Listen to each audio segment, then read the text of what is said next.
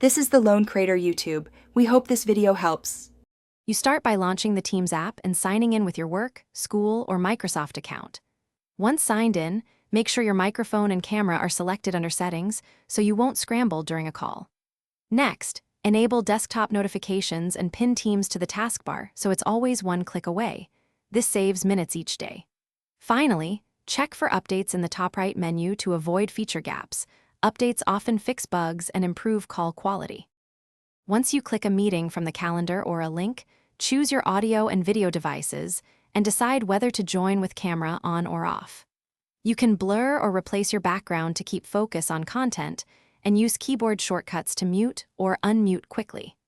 If presenting, select Share, then choose Desktop, Window, or PowerPoint for smooth delivery. Make sure to open chat to drop links and use the participants pane to mute attendees when you need. You finish by organizing your workspace.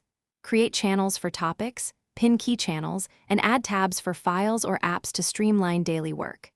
Use the search bar at the top to find messages, files, or people fast, and apply filters to narrow results. If something goes wrong, like no audio or a frozen video, first restart the Teams app, confirm your network connection, and then clear the Teams cache if problems persist. This often resolves sync and sign-in issues quickly. Thanks for watching. Consider subscribing if we helped you.